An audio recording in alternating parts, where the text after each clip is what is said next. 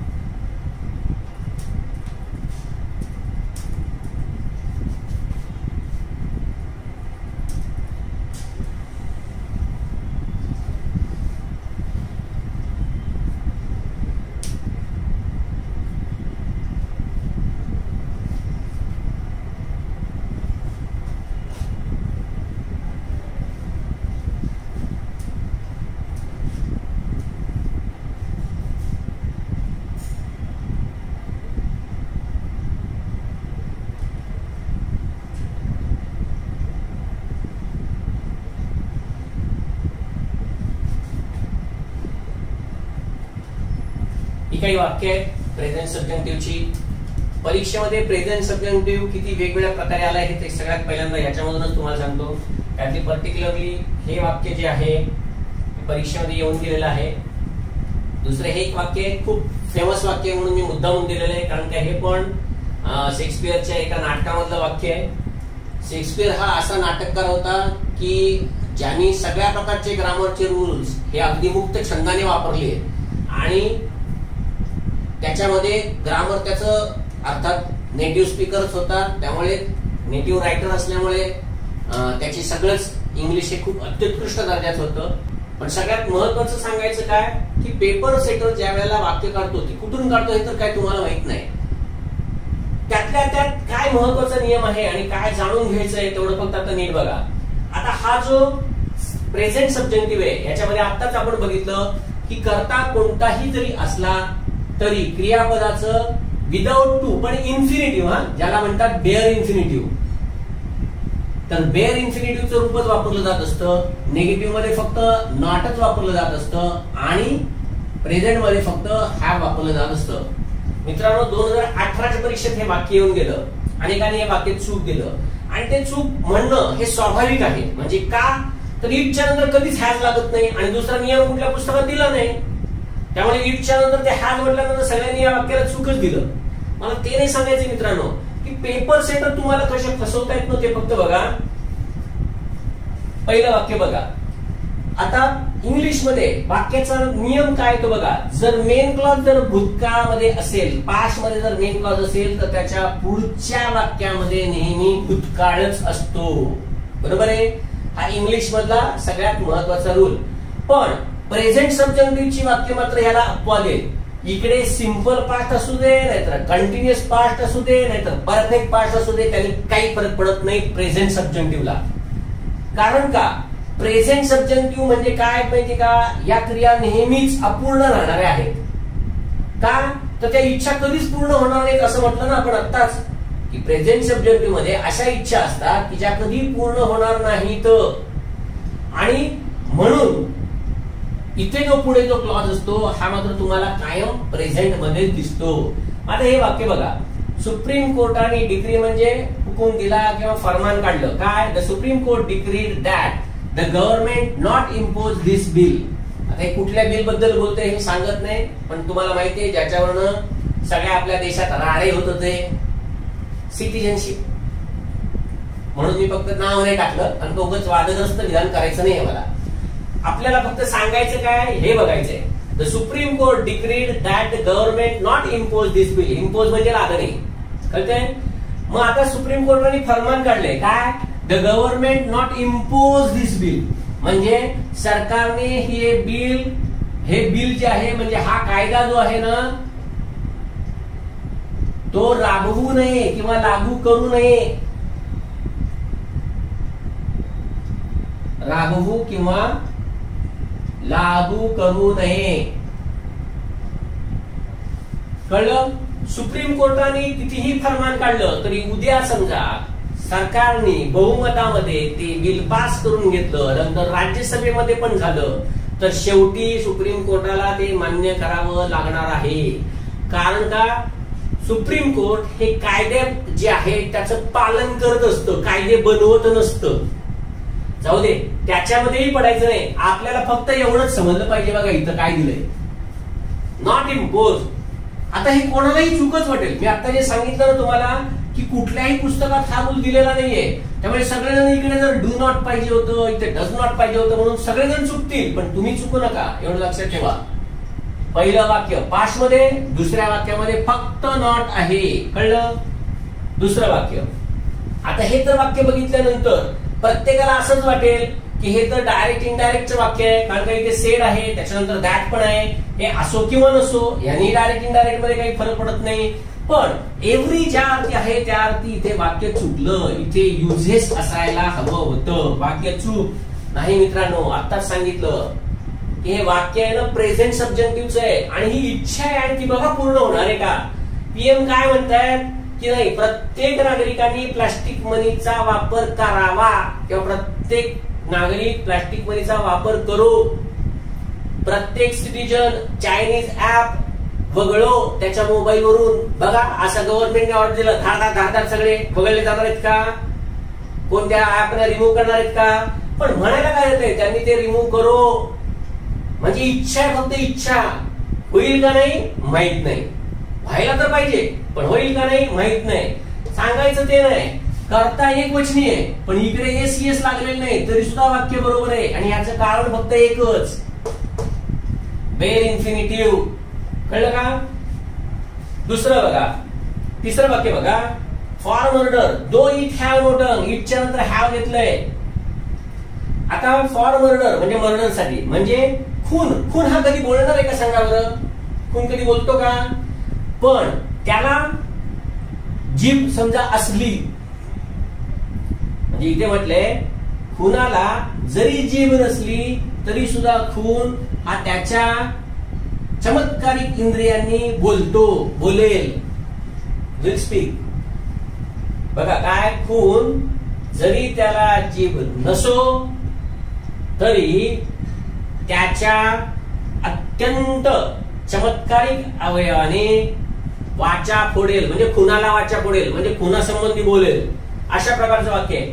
ठीक आहे, मी म्हणतो चला तुम्हाला वाक्याचा अर्थ नको समजू दे, समजला तर पाहिजे, एवढं काय अवघड नाही वाक्य. पण नाही समजला तरी इटच्या नंतर हॅव आहे म्हटल्यानंतर तुमच्या डोक्यात हे आलं पाहिजे की हे वाक्य प्रेझेंट सबजंक्टिव्हचं आहे का? आणि प्रेझेंट सबजंक्टिव्ह असेल तर त्या इच्छा कधी पूर्ण न होणाऱ्या असतात. मग त्याचप्रमाणे मर्डर असं कधी समजावून बोलेल का? थोडक्यात सांगायचंय, इथे कल्पना दिसते आणि त्या कल्पनेमध्ये विष आणि इच्छा जी दिसते त्याच्यामुळे इकडे इच्छा नंतर हॅव आहे, हे मित्रांनो लक्षात ठेवा. पुढचं बघा, महापौरांनी व्यक्त केलं त्यांचं मत. काय केलं? देअर, नुसतंच बी दिलंय, इज नाही घेतलं. समजतंय का? उलट जर इथे इज दिलं असतं ना तर हे वाक्य चूक झालं असतं. पण बी दिलंय म्हणजे bare infinitive. Am is are या क्रियापदाचं मूळ रूप बेअर इन्फिनिटिव्ह विदाउट टू असलेलं ते म्हणजे बी आहे. देअर बी अ फ्लायओव्हर, म्हणजे महापौरांनी मत व्यक्त केलं की ते फ्लायओव्हर असावा, असला पाहिजे, असं इथे दिलेलं आहे. कळतंय? ते झालं. हेच त्याच्यानंतर the leader demanded that rapist be hang, म्हणजे तो जो कोण लीडर होता, नेता जो होता, त्याने अशी मागणी केली की बलात्कारांना फाशी दिली जावो, म्हणजेच दिली पाहिजे. तर मित्रांनो हे वाक्य तसंच इकडे बघा, यातलं सगळ्यात महत्वाचं हे लक्षात ठेवा, ह्याच्यामध्ये एच हा कॅपिटल आहे, इथे पण एच हा कॅपिटल आहे. ज्या वेळेला सर्वनामामधला आय हा तर नेहमीच कॅपिटल असतो, पण समजा सर्वनामामधला वाय हा जर वाक्याच्या मध्ये असल्यावर जर कॅपिटल मध्ये दिला गेला, हिम मधला किंवा ही मधला हा जर कॅपिटल दिला, शी किंवा हर याच्यामधला हा जर कॅपिटल लिहिला असला, तर वाक्याच्या मध्ये असलेलं प्रोनाउन मधलं असं जर आद्याक्षर जे आहे ते जर कॅपिटल असेल तर ते नेहमी देवासाठी असतं. त्यामुळे हा देव आहे. आणि स्लेचा अर्थ मारणे, ठार मारणे, करणं, कापून काढणे. म्हणजे इथे काय म्हटले बघा, जरी देवानी मला कापो, जरी देव मला कापो, मी त्याच्यावर, हिम कॅपिटल आहे, मी त्याच्यावर विश्वास ठेवणारच. कळलं? जरी देव मला कापो तरी मी त्याच्यावर विश्वास ठेवणारच. ते नाही सांगायचंय, एस नाही वापरलंय, लक्षात ठेवा. मगाशी आपण बघितलं ना, God save us, God save our king. कळलं का? तिथे ज्यावेळेस मी म्हणतोय त्यावेळेस त्या गॉडच्या नंतर सेव्ह नाही म्हटलंय, गॉड सेव्हज अस असं जर म्हटलं तर देव आमचे रक्षण करतो असा सिंपल प्रेझेंट मध्ये इंडिकेटिव्ह मोड प्रमाणे अर्थ होईल. पण गॉड सेव्ह अस, देव आमचं रक्षण करो. कळलं का? असं असेल तर मात्र तो इम्परेटिव्ह, असं असेल तर मात्र तो प्रेझेंट सबजंक्टिव्ह असतो. तर हे प्रेझेंट सबजंक्टिव्हची काही उदाहरणं खास करून लक्षात ठेवा परीक्षेमध्ये. ह्याच्यावरती अक्षरशः असं दिलं आणि नो एररला वाक्य दिलं आणि विचारलं याच्यामध्ये कुठे चूक आहे का, त्या वाक्यामध्ये अर्थातच कुठेही चूक नव्हती. आता याचं दुसरं एक शेवटचं फक्त एक उदाहरण देतो. का? कारण का ते पण कन्फ्युज करणार आहे म्हणून फक्त सांगतो. आता इथे तुम्ही बघितलं प्रेझेंट मध्ये काय वापरतात ते, तर क्रियापदाचं बेअर इन्फिनिटिव्ह रूप असतं ते वापरलं जातं. पण हे सगळं करत असताना तुम्हाला हे समजलं का? बघा आतापर्यंत आपण जी काही वाक्य बघितली ना ती कसली होती? ती व्हायची होती. शेवटचं जे वाक्य होतं ना, द लीडर डिमांडेड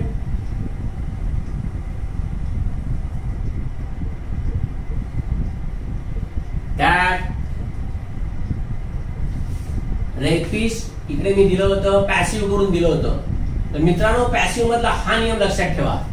जसं आपण बघा इन्फिनिटिव्ह पॅसिव्ह शिकत असताना आपण असं बघितलं, टू वर्ब असेल तर त्याचं पॅसिव्ह हे नेहमी असं असतं. मग आता ह्याच्यातलं फक्त मी टू काढतोय बघा,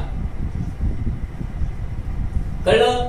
देअर इन्फिनिटिव्हचं पॅसिव्ह हे नुसतं बी आणि V3 असतं बघा, आहे की नाही. बी आणि V3 हा एक अजून एक नियम लक्षात ठेवा.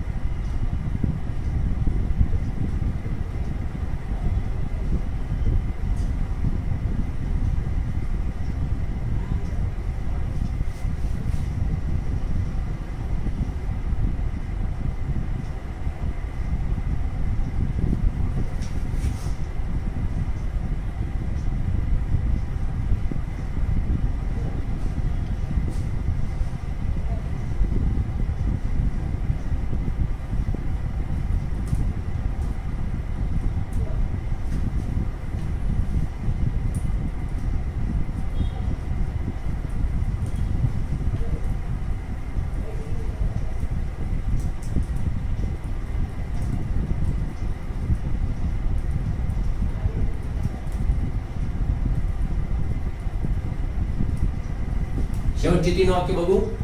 महत्वाचं हेच आता सांगितल्याप्रमाणे बी आणि V3.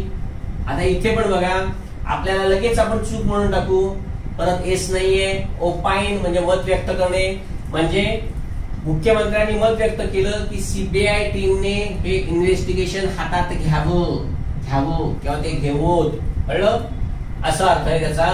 त्यामुळे हे पण वाक्य बरोबर आहे. सगळी वाक्य बरोबरच दिलेली आहे. The opposition leader sed that, परत इकडे सेड आहे. मग आता इथे पास्ट मध्ये असलं पाहिजे, नाही, इकडे पॅसिव्ह केलेलं आहे. बी करून क्रियापद तिसरं रूप, म्हणजेच काय तर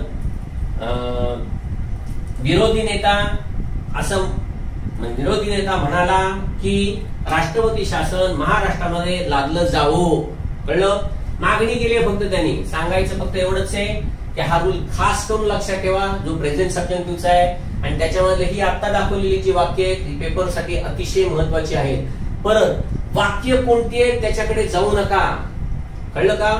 सगळ्यात महत्वाचं जर काय असेल ना तर ते फक्त हेच आहे की तुम्हाला रूल समजतोय का, कारण का रूल समजणं महत्वाचं आहे. लक्षात ठेवा मित्रांनो, पेपरमध्ये पेपर सेटर कुठलंही वाक्य टाकेल तो तुम्हाला रूल अप्लाय करता आला पाहिजे, हा रूल अप्लाय करता आला पाहिजे. म्हणून मी एवढी सगळी उदाहरणं सांगितले. 1 मार्कासाठी प्रश्न आहे, अतिशय सोपं प्रकरण आहे, कळलं का. फक्त थोडं कन्फ्युज पेपर सेटर तुम्हाला करायला लावतं, बाकी काही नाही त्याच्यामध्ये. त्या बघा परीक्षेमध्ये येऊन गेलेलं वाक्य,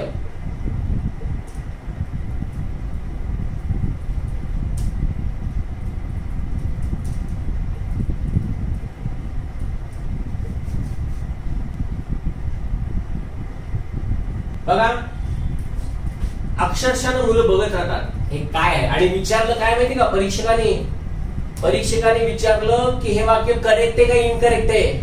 मित्रांनो याला सगळ्यात जबाबदारीनं ती ही फ्रेज आहे.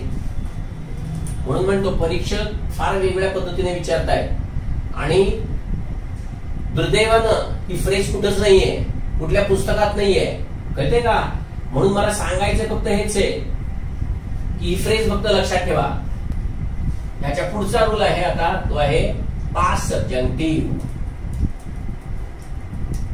याच्यामध्ये मित्रांनो इतके सहज वाक्य मिळतात ना, इतके सहज वाक्य मिळतात, कारण हे तुम्हाला ऑलरेडी सगळ्यांना माहिती आहे.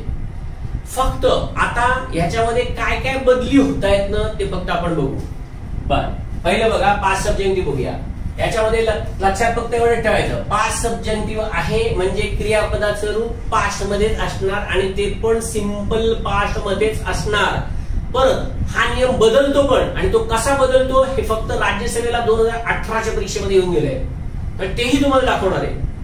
पेपर सेटरनी ज्या गुगले टाकतोय माहितीये का, आपण तयार असलं पाहिजे, आपल्याला हे माहिती असलं पाहिजे. कळलं? बर. तर पास्ट मध्ये असतो तो, पण सिंपल पास्ट मध्ये असतो. कधी बदलतो आपण नंतर बघूया. तर तो पास्ट मध्ये असतो, एवढं आता तरी लक्षात ठेवा. नंतर पेपर सेटर काय करतो त्याविषयी आपण ते उलट शिकणार आहोत, त्यामुळे तुम्हाला समजेल. तर सगळ्यात महत्वाचं पास्ट सब्जेक्टिव्ह मधला पहिला रूल. आता ह्याच्यामधले इफ चे जे पुढच्या दोन्ही कंडिशन आहेत ना, म्हणजे कुठल्या बघा, टाईप 2 आणि टाईप 3. याच्यामध्ये काय असतं बघा, इफच्या नंतर सिंपल पास्ट आणि इकडे काय असतं, वुड, कुड, शुड आणि माइट. इफ ची टाईप 2 आणि टाईप 3 मधली सगळी कंडिशनल सेंटेन्स ही नेहमी पास्ट सब्जेक्टिव्ह चीच असतात, एवढं लक्षात ठेवायचं काय. आणि दुसऱ्या याच्यामध्ये काय असतं, इफच्या नंतर परफेक्ट पास्ट असतो आणि त्याच्यानंतर इकडे काय असतं, फक्त या सगळ्या वरती असलेल्या मॉडेल्सच्या किंवा हेल्पिंग वर्बच्या पुढे हॅव लागलेलं असतं. बरोबर आहे? याचे 2 रूल. हे 2 रूल तर तुम्हाला सगळ्यांना ऑलरेडी माहिती आहे, की जे आपण कंडिशनल सेंटेन्सेस मध्ये काल शिकलेलो आहोत. तर इफच्या या 2 आणि 3 नंबरच्या कंडिशन आहेत, याही सब्जेक्टिव्ह मध्ये असतात. ह्याच्या बरोबर आधी सांगितलेलं जे तुम्हाला आहे तेही लक्षात ठेवा. इफची टाईप 1 ची कंडिशन म्हणजे प्रेझेंट आणि फ्युचर असलेली, जर त्याच्यामध्ये मे कॅन असेल तर ती ही सब्जेक्टिव्ह मूडची असते. बरोबर आहे? ओके. तर हे झालं एक त्याचं. याच्यामध्ये आता बघा उदाहरण जास्त दाखवायला नको, माहितीच कारण का तुम्हाला. If he were the prime minister, India would be super power. म्हणजे तो पूर्वी पंतप्रधान असता तर भारत सुपर पॉवर झाला असता. परत अनरियल किंवा इमॅजिनरी कंडिशन, आणि अनरियल आणि इमॅजिनरी कंडिशन ही फक्त तुम्हाला माहिती आहे याच्यामध्ये असते. तेच वाक्य इकडे लिहिलेलं आहे. उद्या नुसतं पेपर मध्ये असं जर दिलं, इफ आय वर अ बिल गेट्स, परत इफच्या नंतर आयच्या नंतर कळलं काय आलं पाहिजे, पास्ट सब्जेक्टिव्ह. उद्या असं दिलं, if I earn crores of rupees daily. परत काय झालं, आय इफ चं वाक्य आहे, त्याच्यानंतर सिंपल पास्ट आहे, पास्ट सब्जेक्टिव्हच. ह्याचं कारण का बघा, ही इमॅजिनरी आहे. आता तुम्ही जर असं म्हटलात की सर मगाशी जर सांगितलेलं आहे तुम्ही की 12 टेन्सेस मधलं असलेलं वाक्य हे नेहमी इंडिकेटिव्ह मूड असतं, मग हे इंडिकेटिव्ह मूड का नाही, तर मित्रांनो तेच सांगायचंय की हे वास्तवात नाहीये. आपण काय बघितलंय बघा, इंडिकेटिव्ह मूड मध्ये जरी 12 टेन्सेस असले तरी ते फॅक्ट सांगत असतात. फॅक्ट्स.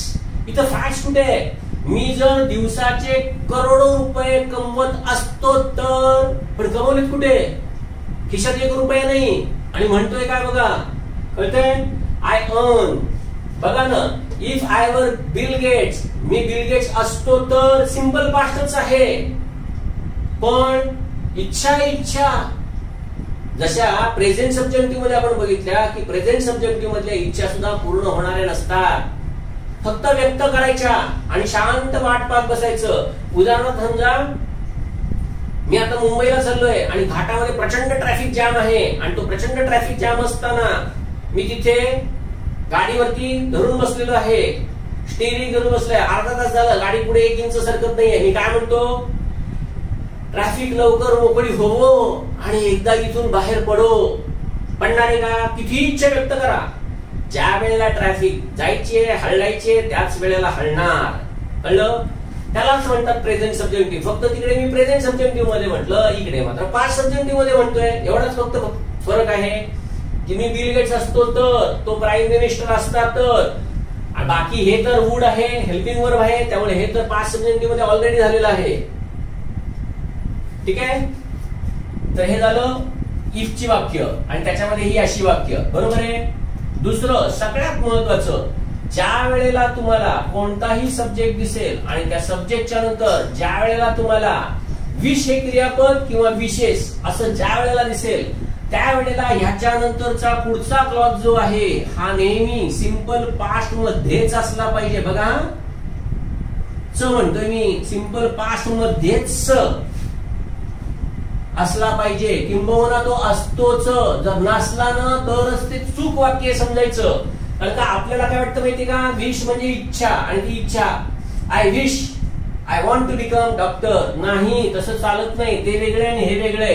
प्रेझेंट सब्जेक्टिव्हच्या वाक्यामध्ये विश आणि विशेष असलेल्या पुढेचा असलेला कोणताही क्लॉज जरी असला तरी त्याच्यामध्ये सिंपल पास्ट मध्येच वाक्य पाहिजे.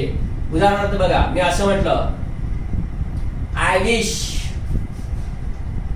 आय वर इन जर्मनी. मी आहे कुठे आता, पुण्यात, आणि मी म्हणतोय माझी इच्छा आहे मी जर जर्मनीत असतो तर काय केलं असतं. आय विश किंवा ही विशेष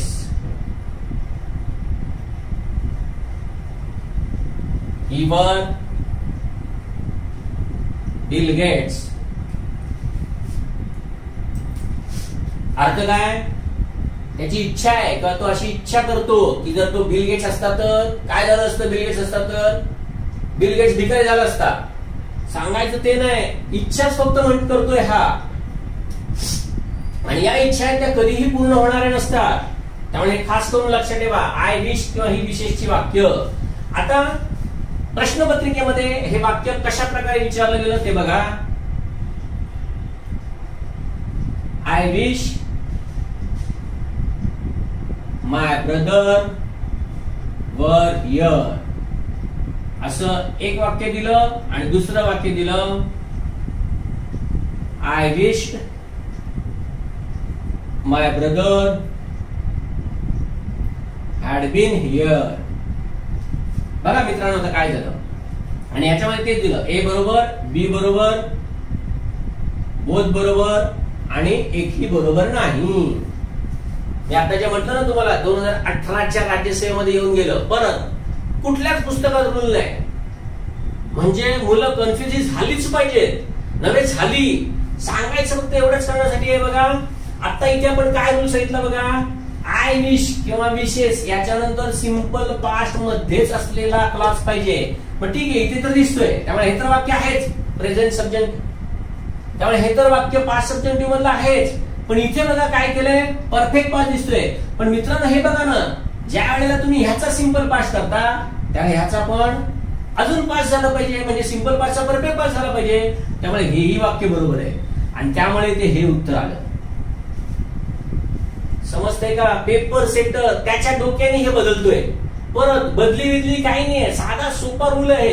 इथे सिंपल प्रेझेंट आहे तर इथे काय सांगितलंय तुम्हाला, सिंपल पास्ट मध्येच क्लॉज पाहिजे. मग तुम्हाला डायरेक्ट इनडायरेक्ट एवढं तर रूल माहित असला पाहिजे की ज्या वेळेला मेन क्लॉज पास्ट मध्ये असतो त्यावेळेला पुढचे जे असतात ते कॉरस्पॉन्डिंग पास्ट होत असतात.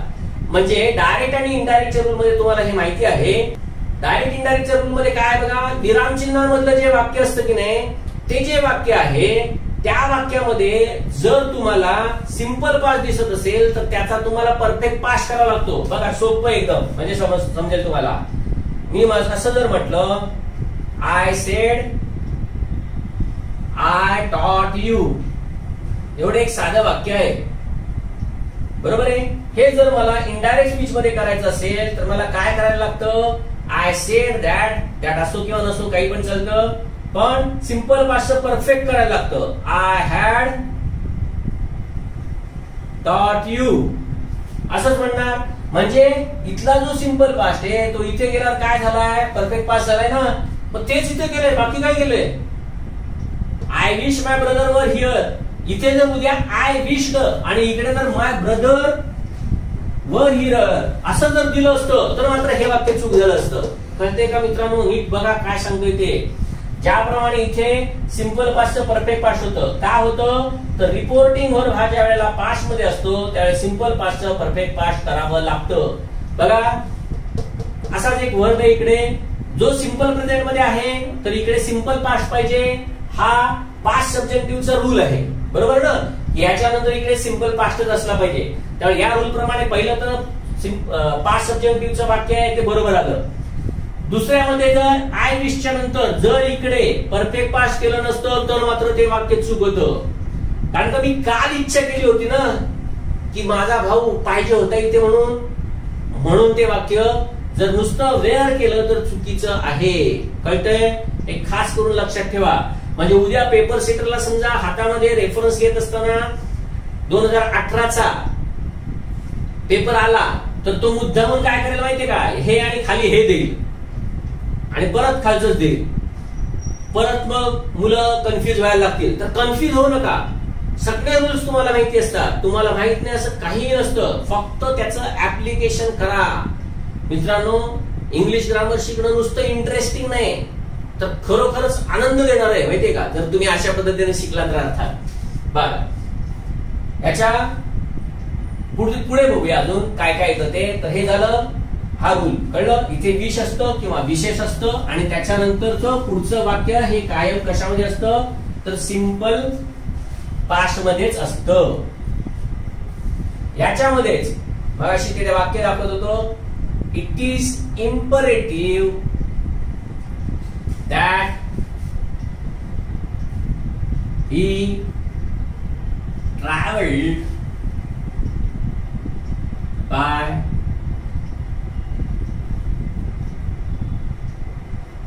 in his own car. परत इकडे काही बघू नका. सगळ्यात महत्वाचं आहे ना ते हे आहे. मित्रांनो, खास करून हे लक्षात ठेवा.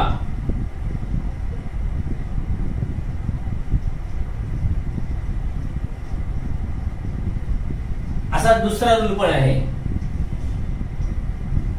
या फ्रेज आहेत ना, या पाठच पाहिजे तुम्हाला. पास्ट सब्जेक्टिव्ह म्हटल्यावर या फ्रेज या परीक्षेमध्ये येणारच. यापूर्वी ही फ्रेज कधीच आली नव्हती. ही फ्रेज एकदा येऊन गेलेली आहे. ती पण मला वाटतं 2008-9च्या सुमाराला येऊन गेले. त्याच्यानंतर मात्र या फ्रेजचा परत अवतार झाला ना तो 2016 मध्ये झाला. इतक्या लेट नंतर विचारलं गेलं. परत ज्या वेळेला पॅटर्न बदलला ना त्याच वेळेला हे असे यायला लागलेले आहेत प्रश्न. बर, इट इज इम्परेटिव्ह. इम्परेटिव्ह म्हणजे अत्यंत महत्वाचं, अत्यंत जरुरीचं, निकडीचं असा त्याचा अर्थ आहे. म्हणजे it is imperative that he travelled in his on car. म्हणजे हे अत्यंत महत्वाचं होतं. परत महत्वाचं आहे की. आता इथे परत सिंपल पास्ट आहे बघा. परत इथेही लक्षात ठेवा, ज्याप्रमाणे इकडे विषण केलं म्हणजे विश केलं त्या इकडे सिंपल पास्टचा परफेक्ट पास्ट केला, तसंच उद्या पेपर सेटर इथे पण करू शकतो, हेही लक्षात ठेवा. नुसता नियम शिकू नका. बर, इट इज इम्परेटिव्ह काय आता येऊ देच. आता तिकडे त्यांनी it is imperative it was imperative केलं आणि मग इकडे आपण ही ट्रॅव्हल तसंच ठेवलं. चालणार नाही मित्रांनो, लक्षात ठेवा. त्यामुळे फ्रेज आहे ही कशामधली आहे, पास्ट सब्जेक्टिव्हची आहे. पास्ट सब्जेक्टिव्ह मध्ये आता मी बोलत असताना मी असं म्हणत असतो, it is imperative that he travelled in his car. म्हणजे त्यांनी त्याच्या स्वतःच्या कारणी आज यायला हवं होतं, याचा अर्थ हवा होत असं असतो. कळलं? पण असं असून सुद्धा इथे पास्ट आहे. कळलं? म्हणजे इथे प्रेझेंट, इकडे past. Simple present, simple past. कळतंय? तसंच इकडे पण आहे. इट इज टाइम दिलं जातं किंवा इट इज हाय टाइम दिलं जातं. पूर्वी एका प्रश्नपत्रिकेमध्ये जे वाक्य येऊन गेले त्यावेळेला इथे व्हेन दिलेलं आहे. ऍक्च्युली याची आवश्यकता नसते. पेपर सेटरने ते मुद्दामून टाकलेलं आहे फक्त मुलांना कन्फ्युज करण्यासाठी. पण हे परत 2011च्या पूर्वीच्या प्रश्नपत्रिकेमध्ये येऊन गेलेलं आहे आणि ते वाक्य असं होतं,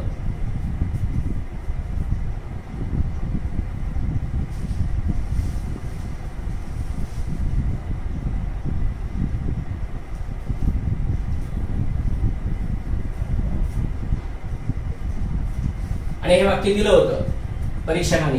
सांगायचं ते नाही, it is time he phrase आणि पुढे काय आहे बघा. ऍक्च्युली हे वापरण्याची गरजच नसते. पेपर सेटरने मुद्दामून टाकले फक्त कन्फ्युज करण्यासाठी. का तर मुलांना हा ऍडजेक्टिव्ह क्लॉज वाटावा म्हणून, बाकी काही नाही. सांगायचं एवढंच आहे. म्हणजे ही ती वेळ की आपण शहर सोडायला हवं होतं. पूर्वी सोडलं नाही, इथेच आहे अजून मी पुण्यातच आहे आणि मी म्हणतो 1 वाजता झाला, अरे मी सकाळी 6 वाजता सोडायला हवं होतं. आता शक्य आहे का ते?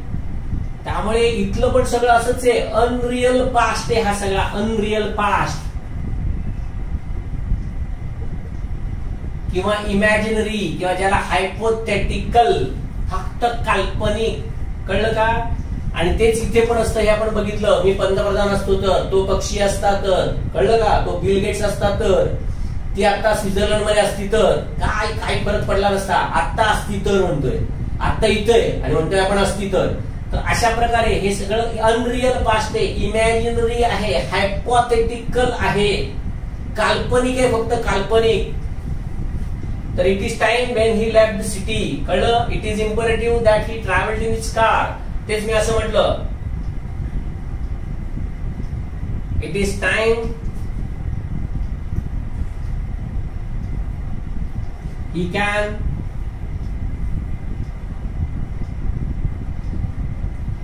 drop us at the station. परत वाक्य चूक आहे, कारण का? परत नियम तोच लक्षात ठेवायचा. सर तुम्ही म्हटलं आतापर्यंत फक्त सिंपल पास्ट पाहिजे, मग हे काय तुम्ही विचारलं? हे मी नाही विचारत, परीक्षांमध्ये येऊन गेलंय, फक्त एमपीएससी मध्ये येऊन गेलेलं नाहीये. मला सांगायचा नियम तोच आहे. इट इज टाइम असू दे, इट इज हाय टाइम असू दे, नाहीतर इट इज इम्परेटिव्ह असू दे, इथे सिंपल पास्टचाच क्लॉज पाहिजे. परत सिंपल पास्टचाच क्लॉज. कॅन हा प्रेझेंट आहे आणि कॅनचा पास्ट परफेक्ट पास्ट होऊ शकत नाही, तो सिंपल पास्ट असतो, कूडच पाहिजे इकडे. समजतंय? तर अशा प्रकारे कितीतरी प्रकारे वाक्य विचारलं जाऊ शकतं. इवन काही वेळेला बघा, हे अजून कुठल्याही पेपर पुस्तकांमध्ये नाही. ओ that if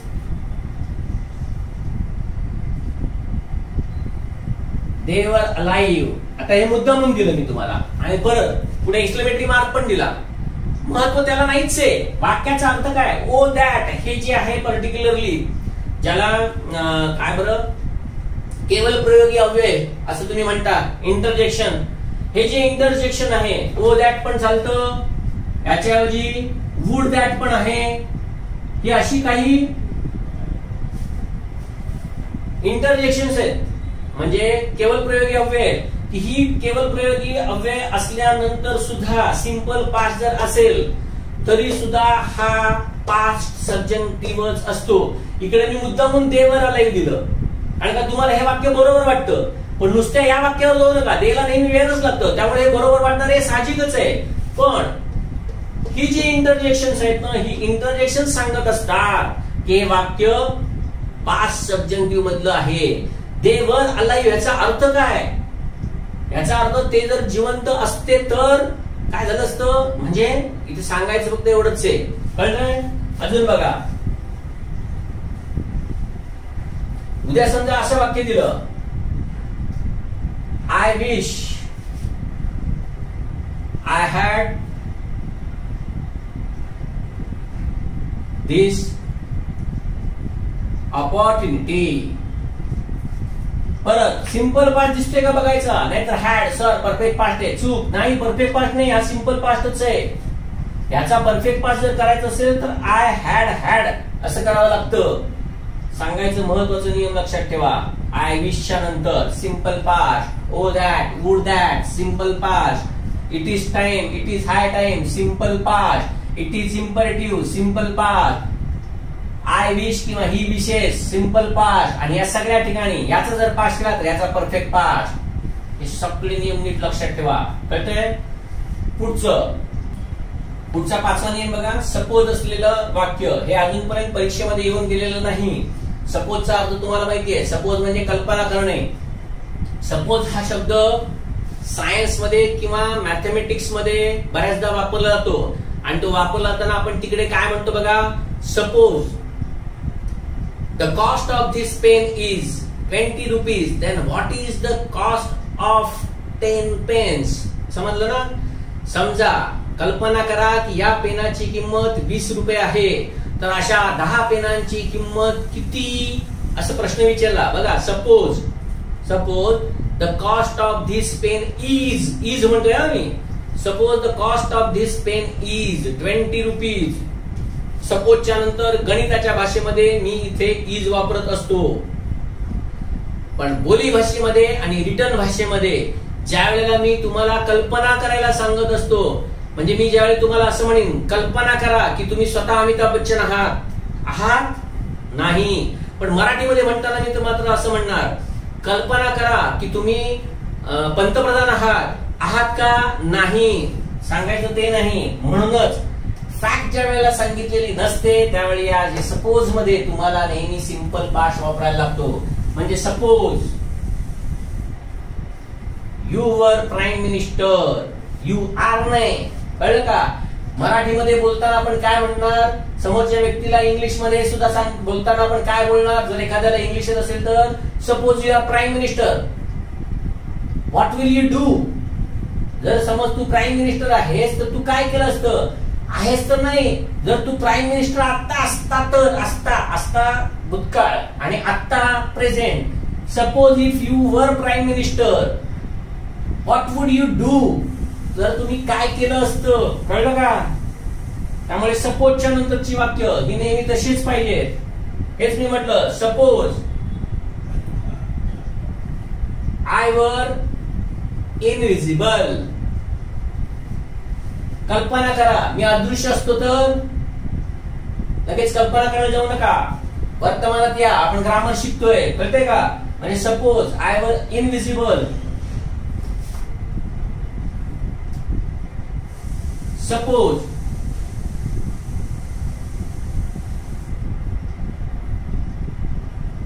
Karan Johar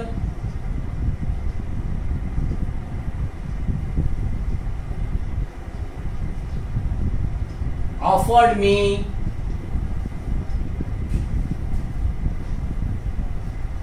a role of hero.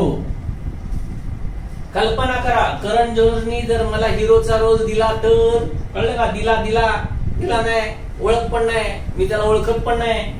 Suppose चाललंय फक्त सपोज, कळलं? तर ही जी सगळी वाक्य आहेत ही पास्ट सब्जेक्टिव्हची आहेत. ह्याच्यानंतर सुद्धा अजून पास्ट सब्जेक्टिव्हचे रूल आहेत, ते पण काय आहेत ते बघा. आतापर्यंत परीक्षेमध्ये येऊन गेलेत ना, ते फक्त इथपर्यंतचेच रूल येऊन गेलेत, हे 4. हा 5वा रूल अजिबात आलेला नाहीये, आणि ह्याच्या नंतरचे पुढचे जे 2 रूल आहेत तेही अजून आलेले नाहीये. ते 2 रूल कुठले आहेत ते आता बघूया. पास्ट सब्जेक्टिव्हचा 6वा रूल,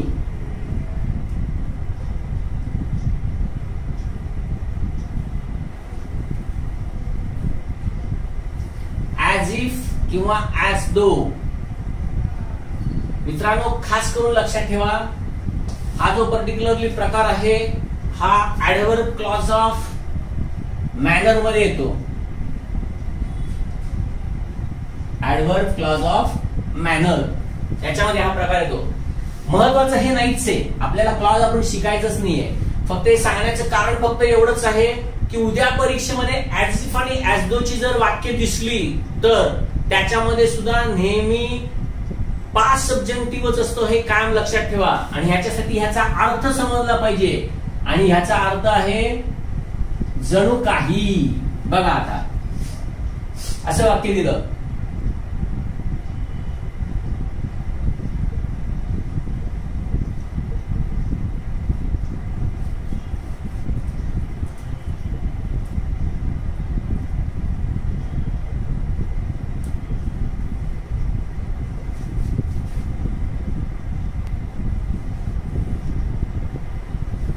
बघा मित्रांनो काय आहे इकडे, बघा मेन क्लॉज मध्ये काय आहे, सिंपल प्रेझेंट आहे.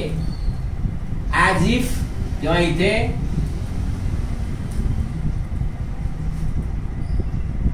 ऍज इफ किंवा ऍज दो दोघांचा अर्थ हाच आहे. बघा तो अपघाताचं असं वर्णन करत आहे जणू काही त्यांनी तो अपघात बघितला, म्हणजे जणू काही तो तिथे प्रत्यक्ष होता, अशा प्रकारे तो अपघाताचं वर्णन करत होता. She is trembling with fear as though किंवा as if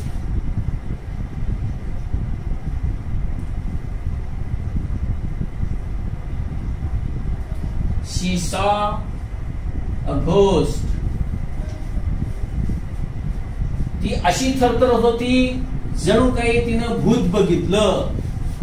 परत थरथरीत, ती अशी थरथरत आहे जणू काही तिनं भूत बघितलं. म्हणजे जणू काही तिनं भूत बघितलं, ह्याचाच अर्थ तिनं भूत बघितलंय का? नाही मित्रांनो, हे पास्ट सब्जेक्टिव्ह आहे. का लक्षात ठेवायचं ना, ते नीट ध्यानात घ्या. याचं कारण बघा, इथे तुम्हाला कंटिन्युअस प्रेझेंट दिसतोय आणि इकडे तुम्हाला सिंपल पास्ट दिसतोय. आणि आपण इंडिकेटिव्ह रूलचा जो नियम बघितलेला आहे त्याच्यामध्ये आपण काय बघितलंय, 12 टेन्सेसची कोणतीही वाक्य कशीही जरी आली तरी ती काय असतात, इंडिकेटिव्ह मूडची असतात. पण महत्वाचा नियम 12 टेन्सेसचा नसून 12 टेन्सेस मध्ये फॅक्ट्स आहेत का, हा आहे. हे कायम लक्षात ठेवा. मग इथे तर ठीक आहे कंटिन्युअस प्रेझेंट, त्यामुळे हा तर नक्कीच आणि नक्कीच नव्हे आहेच, हा इंडिकेटिव्ह मूडच आहे.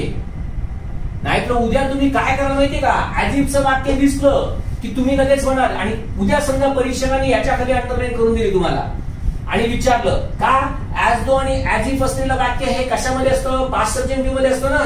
पण ते ऍज दो आणि ऍज इफ असलेलं वाक्य नाहीये, ऍज दो आणि ऍज इफच्या नंतर असलेलं जे वाक्य आहे ना ते पास्ट सब्जेक्टिव्ह मध्ये असतं.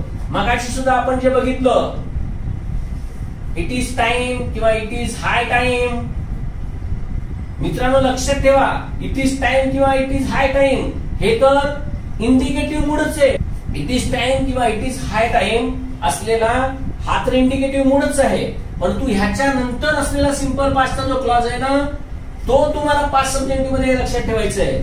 मगाशी जे सांगितलं, it is imperative, it is imperative हा इंडिकेटिव्ह मूडच आहे. ह्याच्या पुढचा सिंपल पास्टचा क्लॉज आहे ना तो पास्ट सब्जेक्टिव्ह मध्ये आहे.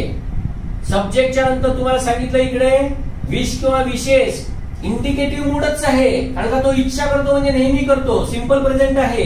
त्यामुळे हा इथला जो आहे ना तो इंडिकेटिव्ह मूडचाच आहे. परंतु ह्याच्या नंतर असलेला जो सिंपल पास्टचा क्लॉज आहे तो मात्र पास्ट सब्जेक्टिव्ह मध्ये आहे.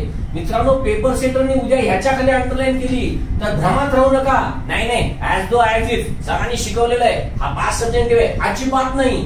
जर ह्याला अंडरलाईन केलं असेल तर हा प्रेझेंट, सिंपल प्रेझेंट किंवा कंटिन्युअस प्रेझेंट किंवा परफेक्ट प्रेझेंट कुठलाही जरी असला तर इथे मात्र फॅक्ट दिसते ना तुम्हाला, कारण का हा मेन क्लॉज आहे. आणि मेन क्लॉज मध्ये जर तुम्हाला फॅक्ट दिसत असेल तर तो इंडिकेटिव्ह मूडच आहे. ह्याच्या नंतरचा पुढचा जो क्लॉज आहे, हे सगळे जे क्लॉज आहेत हे पास्ट मध्ये आहेत आणि हे कधी सत्य नाहीयेत. बघा ना यांचा अर्थ काय बघा, जणू काही तिनं भूत बघितलं, जणू काही त्याने ऍक्सिडेंट बघितला, म्हणजे बघितलेला नाही, बोलतोय मात्र असा की जणू काही बघितला. जणू काही बघितला म्हणजे बघितलं नाही. बघा समजा असं म्हटलं, शी is behaving as if she were his wife. आता इथे तुम्हाला पटकन समजेल, माझ्या नवऱ्याची बायको बघितलं असेल तुम्ही तर बघा तिकडे काय आहे बघा, ती शनया गुरु बरोबर कशी वागते, जणू काही ती त्याची बायकोच आहे. सांगायचं ते नाहीये, हे सांगायचंय. इथे तुम्हाला समजेल हो. इथे ह्याच्याऐवजी जर समजा असं दिलं, as if she married with him, म्हणजे ती अशी वागत आहे की जणू काही तिनं त्याच्याशी लग्न केलेलं आहे, या लग्नच केलंय. मग असं जर असेल तर बघा काय अर्थ होतो त्याचा. म्हणून मित्रांनो सांगतोय ह्याच्या नंतर आहे ना तो क्लॉज आहे ना तो पास्ट सब्जेक्टिव्ह आहे, ह्याच्याकडे लक्ष ठेवा. तर हा प्रश्नपत्रिकेमध्ये अजून येऊन न गेलेला नियम 6वा की ज्याच्यामध्ये हे दिसतंय.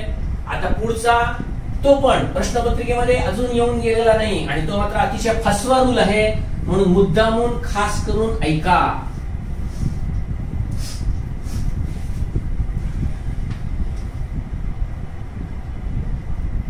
आता समजा तुम्हाला असं वाक्य दिलं, वुड रादरचं, तर वुड रादर असलेली वाक्य ही नेहमी पास्ट सब्जेक्टिव्ह मध्ये असतात. पण नेहमीच असतात असं नाही, त्याचा खास करून नियम आहे. आणि तो काय नियम आहे तो नीट लक्षात ठेवा. बघा वुड रादर हे एक मॉडेल आहे, बरोबर आहे. याचा नियम काय तो बघा, वुड रादर हे ज्या वेळेला पास्ट सब्जेक्टिव्ह मध्ये असतं त्यावेळेला ह्याच्या अगोदर एक सब्जेक्ट असतो आणि ह्याच्यानंतर दुसरा सब्जेक्ट असतो. म्हणजे या सब्जेक्ट आणि या सब्जेक्ट या दोघांमध्ये फरक आहे, दोन्ही भिन्न सब्जेक्ट आहे.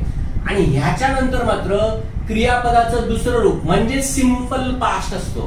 कळतंय? बर, आता बघा वुड रादरचा मुळात नियम काय. वुड रादर हे ज्या वेळेला मॉडेल म्हणून वापरलं जातं त्यावेळेला ते कसं वापरलं जातं ते बघा. कसं I would rather die than surrender. इथे बघा मित्रांनो काय झाले बघा, काय झाले बघा इथे. डाय आणि सरेंडर दोन क्रियापद आहेत आणि याचा अर्थही तुम्हाला समजतो की शरण जाण्यापेक्षा मी मरण पत्करीन. त्यामुळे इथे या वाक्याचा आणि पास्ट सब्जेक्टिव्ह मूडचा काहीही संबंध नाही.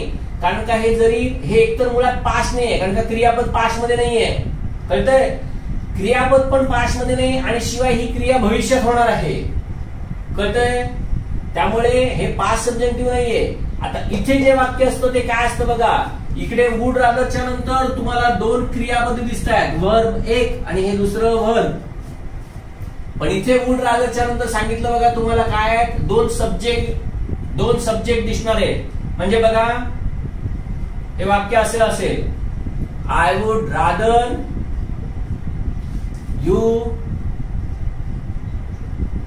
Studied hard. बघा काय केलंय, इथला सब्जेक्ट वेगळा, इथला सब्जेक्ट वेगळा आणि इथे क्रियापदाचं दुसरं रूप. कळतंय? अजून बघा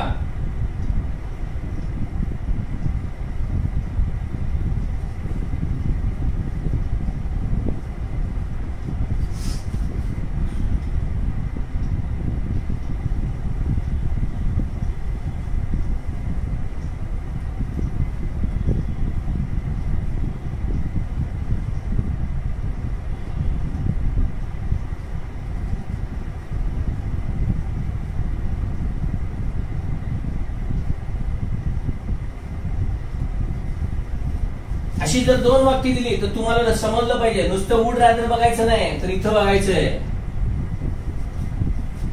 हेच वाक्य जर आता असं दिलं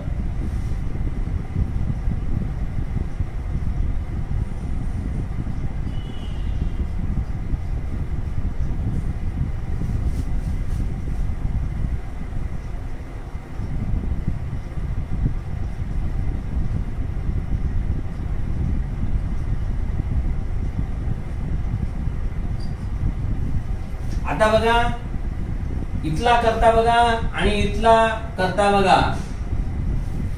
आता मात्र दोन्ही करते भिन्न आहेत बघा. हे मात्र आता वाक्य कसलं आहे, पास्ट सब्जेक्टिव्हचं आहे. कळतंय? तर मित्रांनो अशा प्रकारे तुम्हाला समजलं पाहिजे. पर्टिक्युलरली हे दोन रूल अजूनपर्यंत परीक्षेमध्ये येऊन गेलेले नाहीत, पण जरी आले नाही तर यांच्याकडे खास करून लक्ष ठेवा. कळतंय? कारण का हे येऊ शकतात. कारण का हळूहळू असं म्हणतात ना, गारुड्याचा खेळ ज्यावेळेस संपत येतो ना त्यावेळेला तो खूप चांगले चांगले जादूचे प्रयोग दाखवत जातो. अगदी गारुड्याच नाही, जादूच्या प्रयोगामध्ये सुद्धा पहिले खूप साधे प्रयोग असतात आणि ज्या वेळेला आता माहितीये की प्रेक्षक आता कंटाळायला लागले, मग ताजमहाल गायब करणार, तो स्वतः गायब होणार, असले काहीतरी प्रयोग दाखवायला लागतो. तसंच आहे की परीक्षा आता हाय लेवलला जायला लागले आणि त्या हाय लेवलला जायला लागले ना तिथे मग आता हे असे जे ठेवणीतले रूल्स आहेत, ठेवणीतले काय नाही, सगळे पुस्तकामध्ये प्रकट आहेत, पण असे रूल्स आता विचारले जातील परीक्षेमध्ये. ह्याच्यावरती 1 मार्काला प्रश्न विचारतात. त्यामध्ये सगळ्यात महत्वाचं म्हणजे हा जो प्रेझेंट सब्जेक्टिव्ह आणि पास्ट सब्जेक्टिव्ह आहे. प्रेझेंट सब्जेक्टिव्ह हा खूप वेळा पडलेला आहे, पास्ट सब्जेक्टिव्ह ओळखायला सोपा असल्यामुळे फार कमी वेळा पडलेला आहे. पण मगाशी सांगितलं त्याप्रमाणे लक्षात ठेवायचं की सिंपल प्रेझेंट जसं सांगितलं आय विश वगैरेची वाक्य सांगितली की आधी प्रेझेंट असेल तर पुढे पास्ट असतो, पण इकडे जर पास्ट केला तर पुढे परफेक्ट पास्ट झाला पाहिजे. आणि खास करून लक्षात ठेवा परीक्षेसाठी हे अतिशय इम्पॉर्टंट आणि महत्वाचं आहे.